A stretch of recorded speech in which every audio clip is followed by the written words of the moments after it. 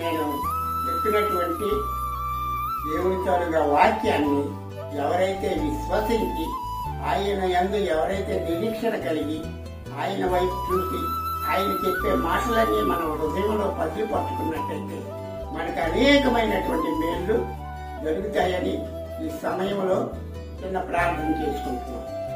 పరిశుద్ధుడైనటువంటి మా పరలోకపు తండ్రి, మీకు వందనములు కృతజ్ఞతలు చెల్లించుకుంటున్నాను ప్రభువా. ఈ ఉదయకాల సమయంలో తండ్రి నిన్ను స్తుతించుటకు, నిన్ను ఆరాధించుటకు, నిన్ను మహింపరుటకు తండ్రి ఈ సమయాన్ని మీరు ఇచ్చినందుకు మీకు వందనములు తండ్రి. ఈ సమయంలో తండ్రి మీరు అనేకులకు అనేక విధములైనటువంటి మేలు చేసి అనేకులకు బలపరిచి అనేకులకు తండ్రి నీ సన్నిధానంలో విశ్వసించేటట్టు సహాయం చేయమని అడుగుతున్నాను.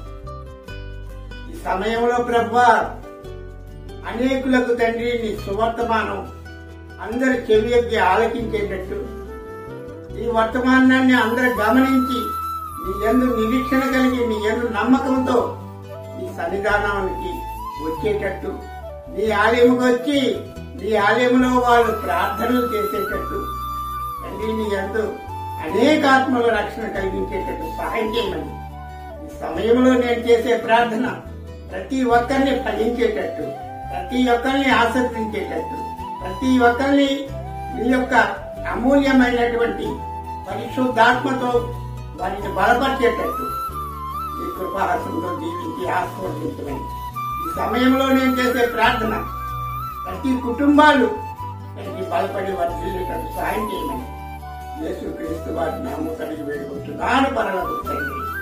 ఆమేన్.